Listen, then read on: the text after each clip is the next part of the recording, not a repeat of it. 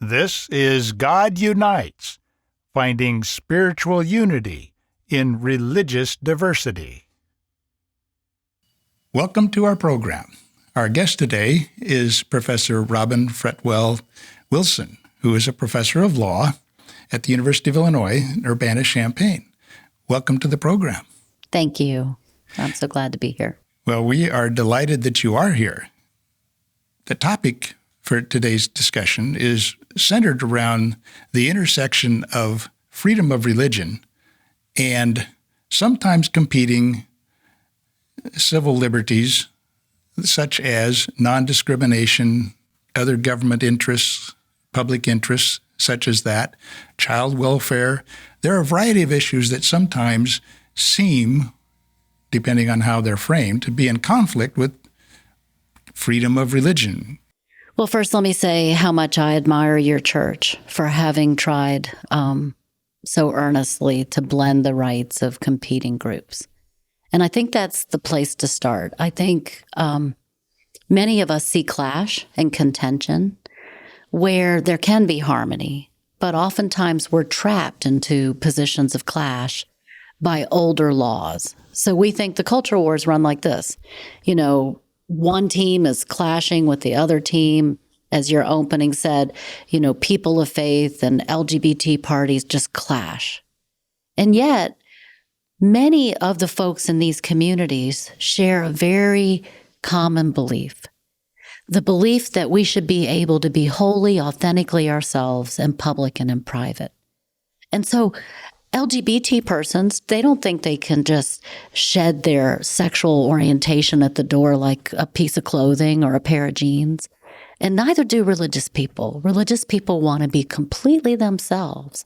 Not every religion, and not people who don't have faith necessarily. But all of the folks in America have an interest in all of us being able to be authentically ourselves. We bring our best selves to work, to worship, to life, to our relationships, to family when we can authentically be ourselves. So how do you do that? Well, you know, it can be difficult for people to project into that, but we can get it when we talk about specific clashes. So think about the baker. So we think, oh, the baker has a conscience claim. The baker says, I don't want my creative artistic, services or skills to be used for something I don't believe in. And then the couple says, this is the most important day of my life, right? A same-sex couple. A same-sex couple. They are presenting and asking for someone to help them cement a relationship that may be the most profound in their lives, if not a relationship to God or other family or a child. So they want that to be right. Now, how do we deal with those questions? Well, we think, got to pick either the baker or pick the couple. And we're told that in many ways by the law that we inherit. So I see you have an older chapter of mine. That chapter talks about, Illinois law. But Illinois is not so much different than really the law of the United States. And many of the states in the United States, there's not any law that speaks to public accommodations, okay? There is not a national ban on discrimination in public places like this university where we sit, based on sexual orientation and gender identity. It's not in our archetypal 1964 Civil Rights Act. So what do? We go, oh, well, we've got to figure out whether the baker wins or the couple wins. And we ratchet those debates through very, very old structures that were written with other problems in mind.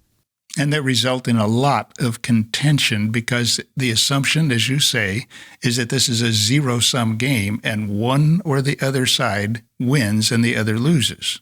That's right. And we sort of pick in public opinion. You talked about trying to move public opinion with your show. We think public opinion will either side with the baker if they're painted sympathetically enough, or the florist, or the website developer, or it will side with the couple. And nobody stops to say, why are we picking? Why do we pick at all?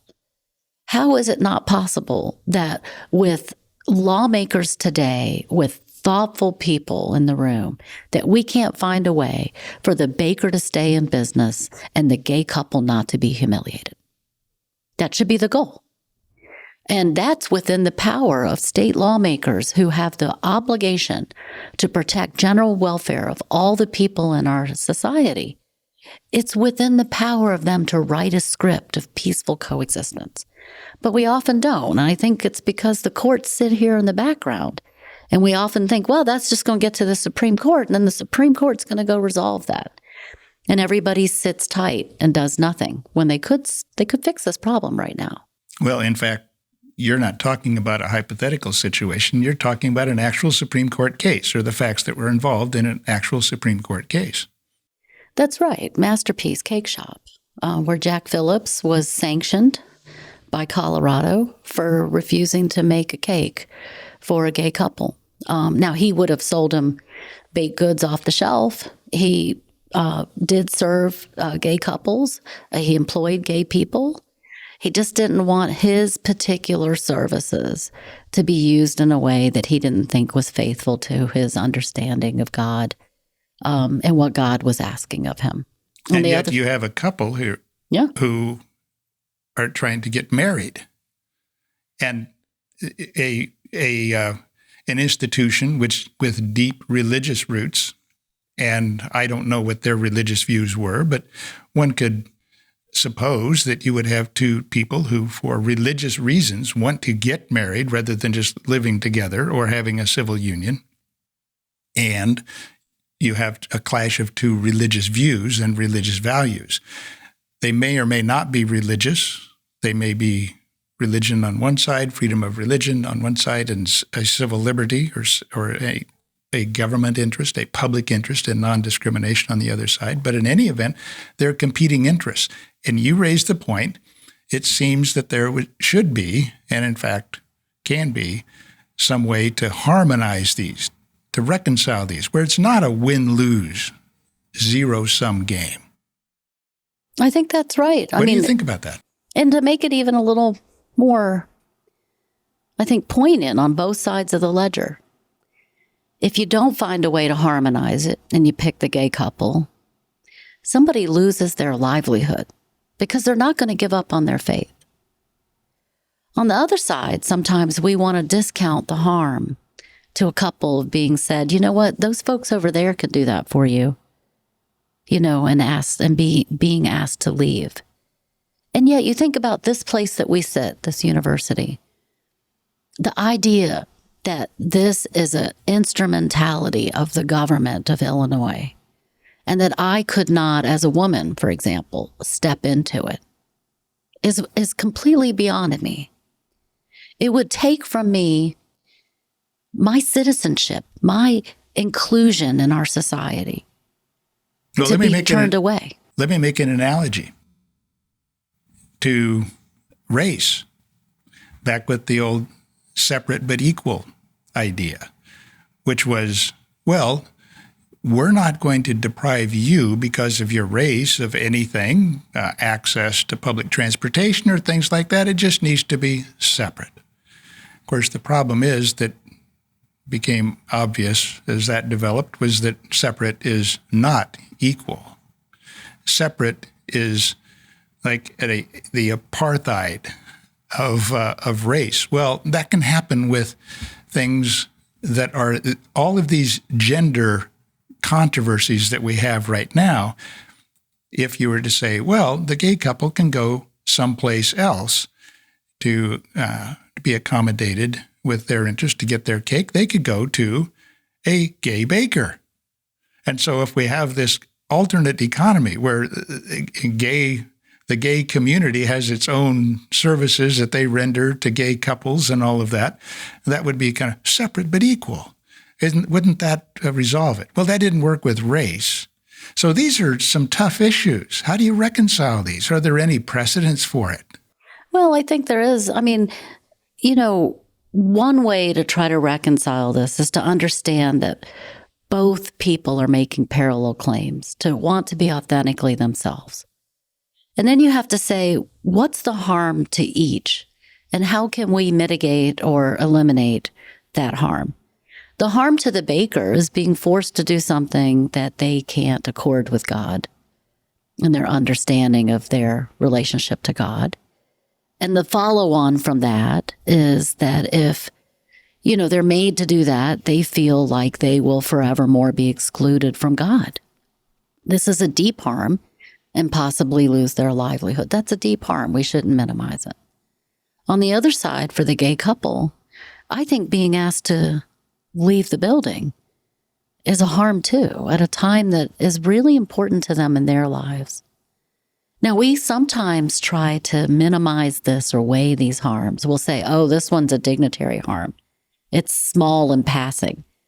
But I'm going to tell you, David, if you were turned away when you were marrying your wife from a vendor whose job it was to help you with that ceremony, you would carry that harm for a very long time. Now, would you have lost your livelihood? No. But I think these are incommensurate. I think we fall into a trap when we try to go, well, this one's smaller than that. Why not just write a script that allows us to keep the baker in their livelihood and allow them to act authentically and have this couple not turned away? And I think that means that when I come in the door and I have my girlfriend with me, or you have your soon-to-be partner, male partner, that you're able to stand at the counter, that you can look at the book. You see the things that can be made for you. And Mr. Phillips stands on the other side of that counter, just like he would if he was selling you pastries. And then we sort out later who exactly is making that cake, because it doesn't have to be Jack Phillips. The relationship runs to the business. You don't have the right to each and every employee's services in a business. You asked if there's an analogy there. So you're maybe older than me, I don't know, but I'm old enough. Probably. I think so, but I can remember at the trailing edge of my consciousness, sitting at a Woolworths counter. Remember Woolworths, yep. Right? And, you're going to get something to eat. And it's a stain on our society that I can remember a time when African American people were seated at a different section of that counter. We remedied that in 1964 in the Civil Rights Act. By the way, we said you can't discriminate on the basis of race, national origin, ethnicity, that type of thing. We did not say sex, by the way, which is one of the reasons we don't have a very good solution, win-lose solution in this particular context, because sex is not in Title II of the 1964 Civil Rights Act, but race is. So what happened? Well, we passed a law like that because we had a commitment as a society that a person in Mississippi ought to be able to drive from Mississippi to New York and have a place to stop and get gas, a way to eat, a place to stay, what we would call common carriers, that those would be regulated. And in these areas, race should not matter. So what happens with Woolworths? Over time, everybody's seated together. Over time, I think we stop looking at race in the same way. Now, we still have race issues. I'm not trying to minimize that. Yeah, it's not like racism went away. It's how we deal with these issues. Right. We said that was that overt racism. Maybe we can't pull that out of people's hearts completely, but over time, we see that those categories don't matter. Now ask yourself, we're all seated at the counter, just like all the couples go into the bakery. What happened to the cook? We never said, oh, you opened a barbecue shop and you were a racist and you wanted to discriminate on the basis of race. What we said to this person is, everybody's welcome in your restaurant. You can't seat people separately in your restaurant. Why? Badge of citizenship. It's a characteristic of being included as an American. And that is a civil right. And it's a civil right. And we said it was a civil right in these specific areas. Okay. But we never said to the barbecue owner, And you have to make that sandwich. And that's the parallel to the baker. We should regulate the business, the bakery.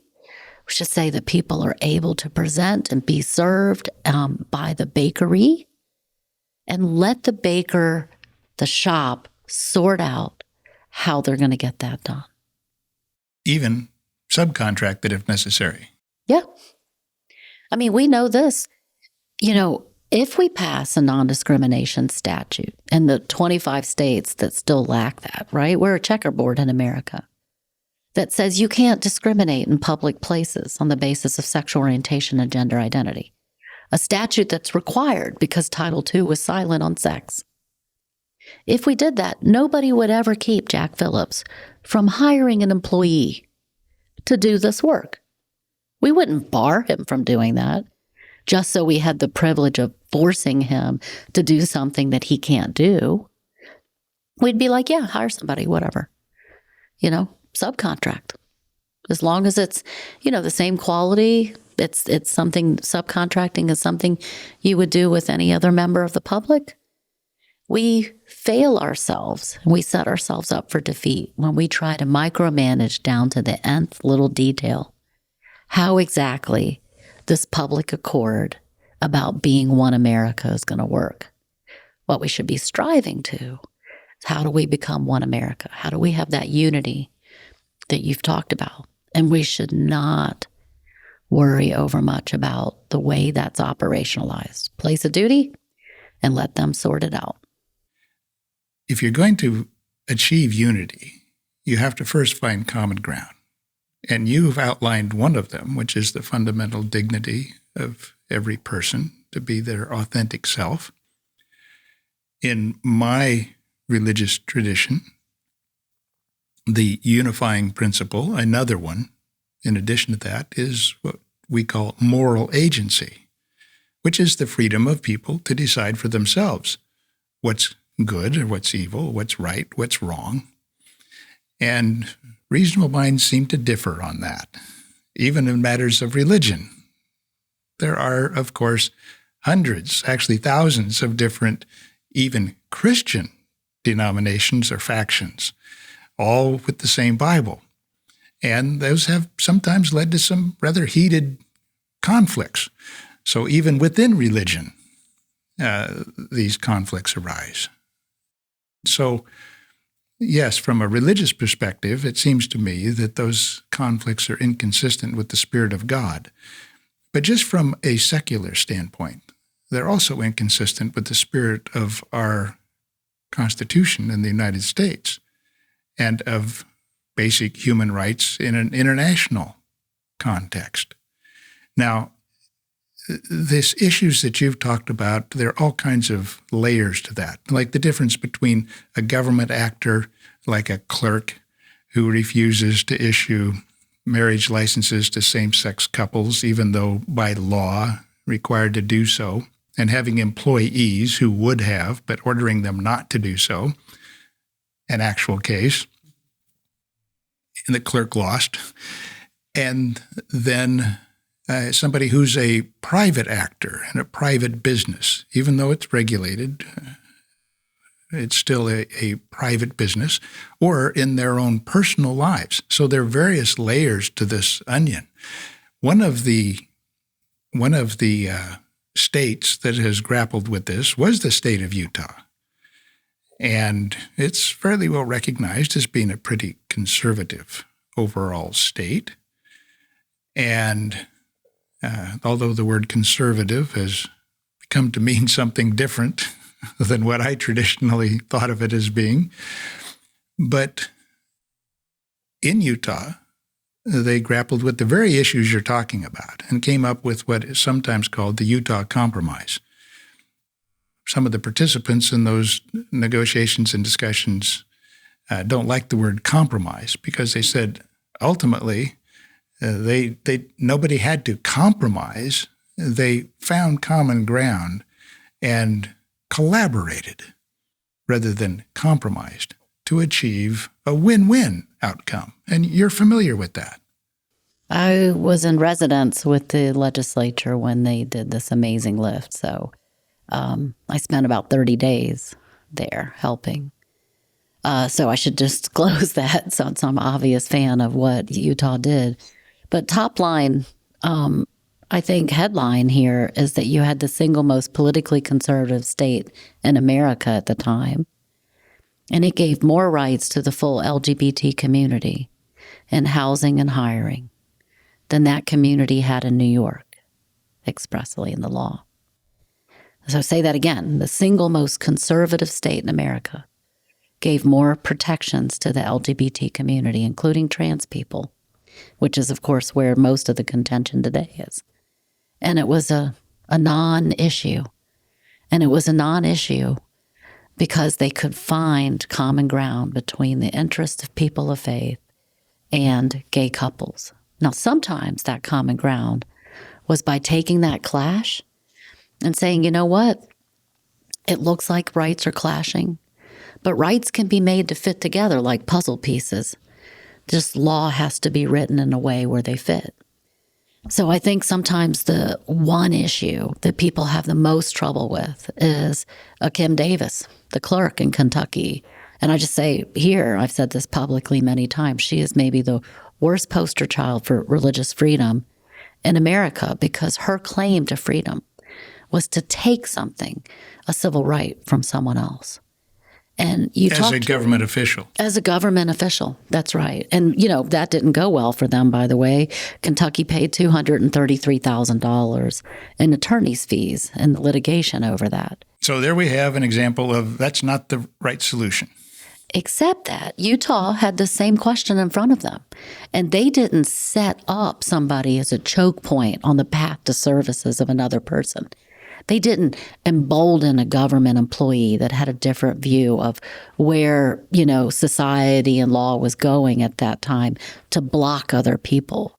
Instead, they said, you may step off, but the service will still be given by the state in some way.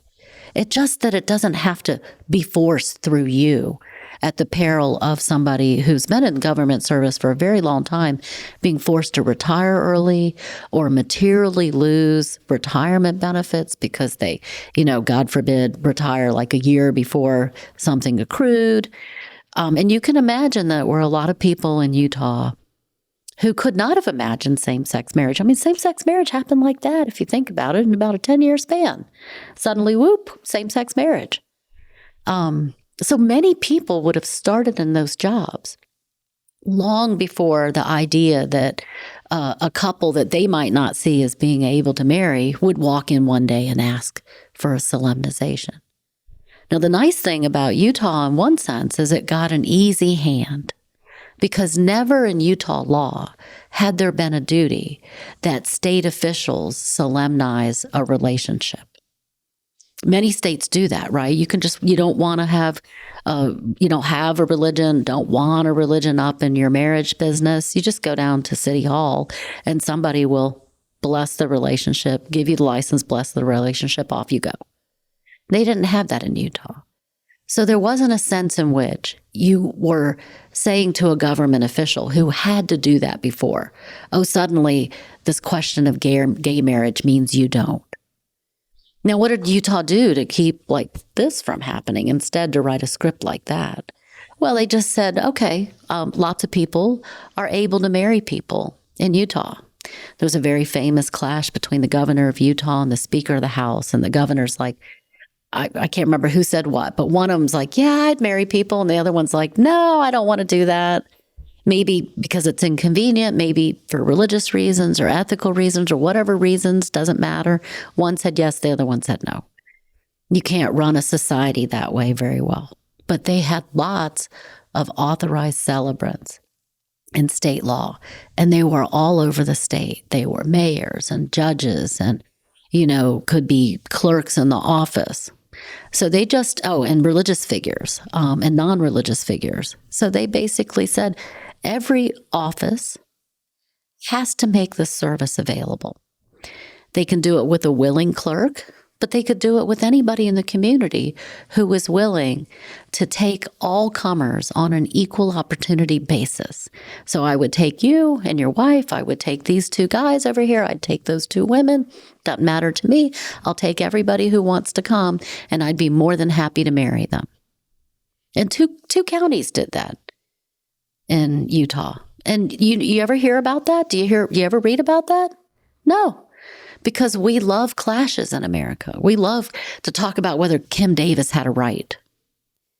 And that's going to fail us over the long haul, to keep talking about this in rights terms instead of concrete, let's solve the problem terms.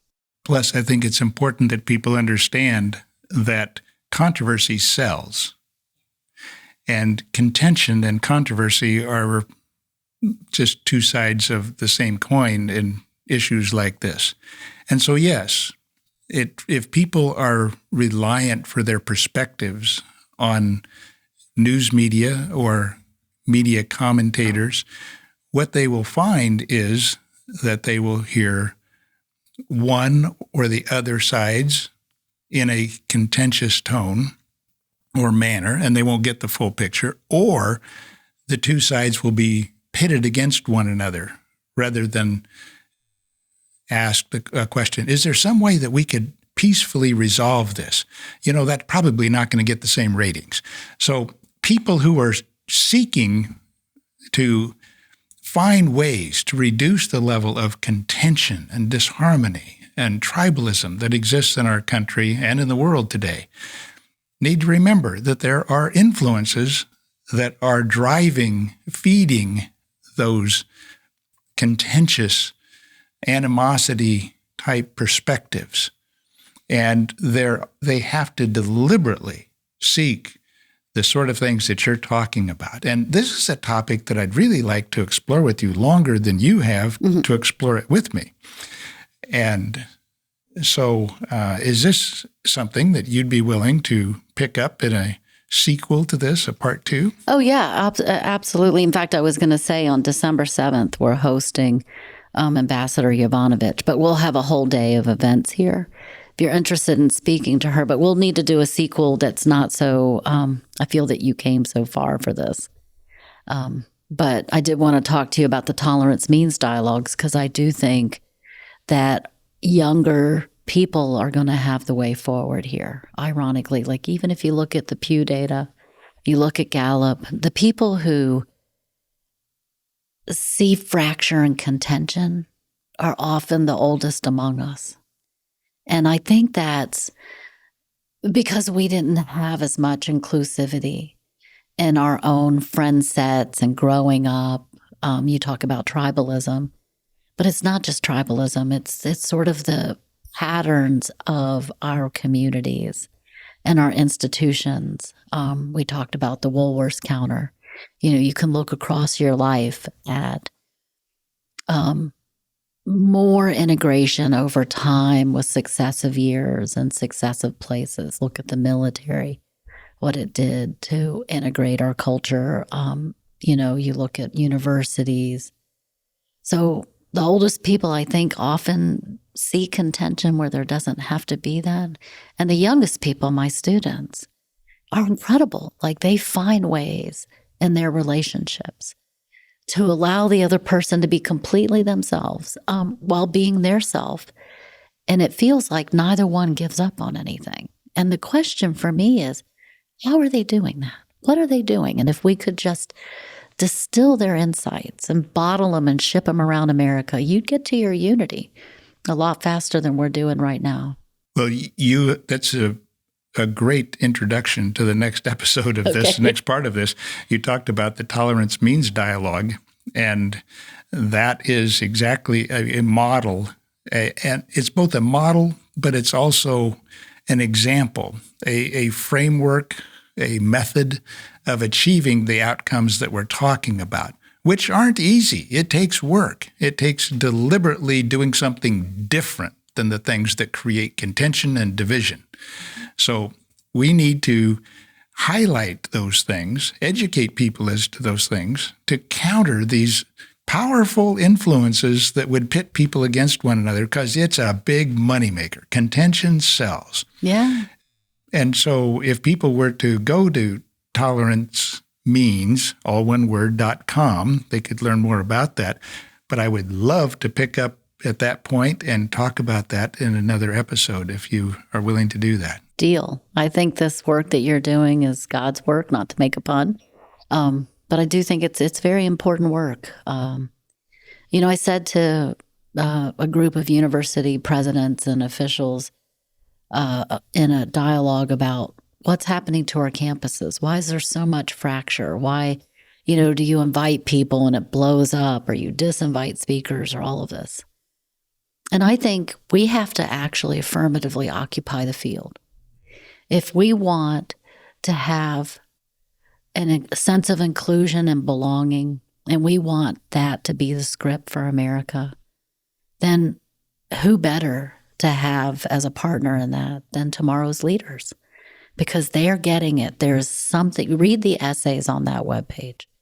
Some of the most inspiring things I've ever read. And, every person is sort of uplifting in their own way, talking about overcoming a division in a relationship they had, or looking at people. There's a beautiful essay about a woman who goes to a park and there are two men there with a child. And she says that, I've been taught my whole life that that's not a marriage or that's not a family.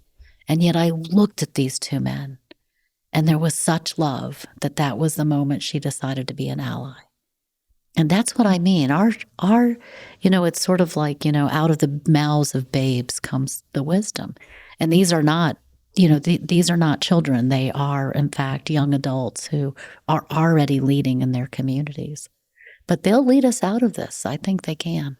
Well, I think from a religious perspective, my own, I have to tell you that it seems that this is a challenge that I am confident God wants us to grapple with and find our way through.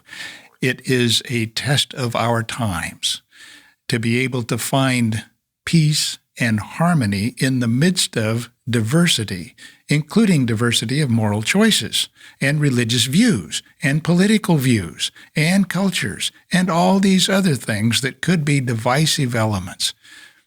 And we are put here on earth in a lot of circumstances, with a lot of backgrounds, with a lot of choices.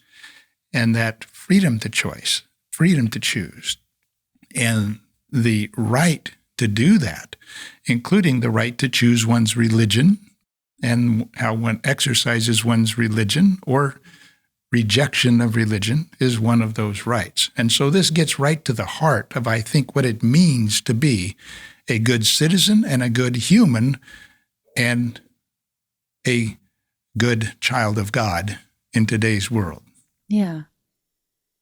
Well, in a lot of the world that I occupy, we don't talk about God. I know you don't. We're in the academy. But it's funny because everything that you said could be said without reference to God. Yes. And that's a profound, important point, that we are a people. We have tribalism, it's true. But there is a covenant between us as a people. It's a social contract. It is a commitment. It is a pledge.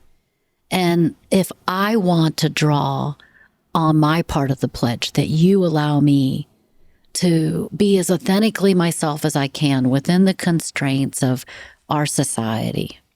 I don't run you over with my car and those types of things, absent harm. If I want to be able to draw on that, then I have to give you that too. That's a philosophical claim, not a claim about God. But it lands in the exact same place, doesn't it? It does. Exactly.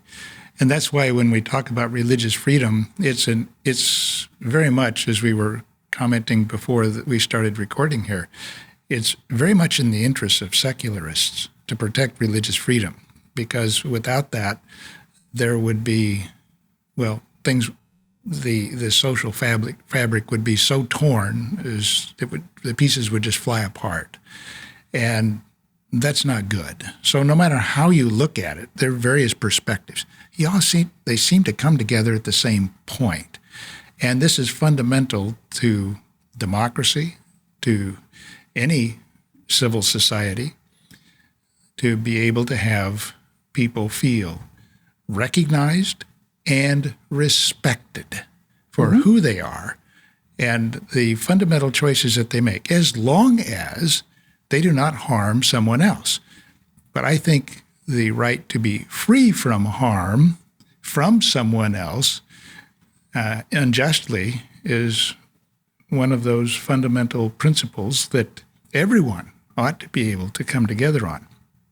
And when people say we should make it against the law to make bad choices, what we regard as bad choices, okay, I'm going to say from a religious as well as a patriotic perspective, that's not God's way, and it is definitely not the American way. Yeah.